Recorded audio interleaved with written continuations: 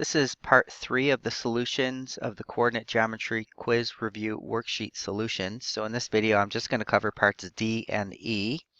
So if you don't need to watch these, you can skip on to the next video. For part D, we're trying to figure out how many degrees of rotation does the figure have. And I'm going to go back up to the figure I drew here. And we said if I rotate this point around, I can rotate it 4 times and the figure will match up perfectly with itself until I get back to the beginning. So if I'm trying to figure out the degrees of rotation, I would take 360 and divide it by those 4 revolutions, and that would give me 90 degrees of rotation. Alright, then for part E, it says what is the equation of the line that contained segment AB? So I know point A is 2, 2. And segment B, or point B, is 5, -2. And I already calculated the slope of AB in the previous part. That was -4/3.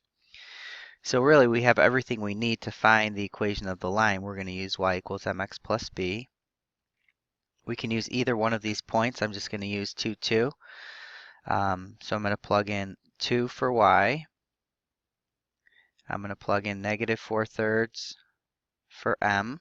So -4/3, and I'm going to plug in this 2 for the x, and I'm going to make that 2 over 1, so I have 2 fractions here. You can put any number over 1, plus b.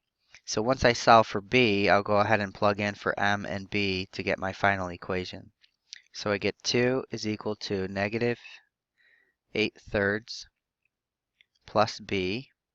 Now, since I have a fraction in terms of thirds, I'm going to convert this. I'm going to make that 2 over 1 again. And if I want that to be in terms of thirds, I'm going to multiply by 3 over 3. So that's really equal to 6 over 3. 6 over 3 is 2.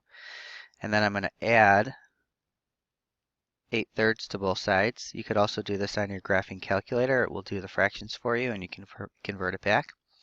So these cancel out, and I'm left with b is equal to 6/3 plus 8/3 is 14/3.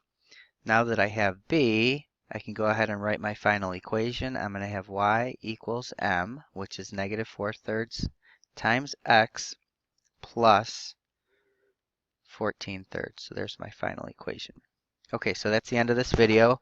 Again, I would recommend that you rewatch if you were struggling with any of the concepts. We watch all of it or part of it, and we'll see you in part 4.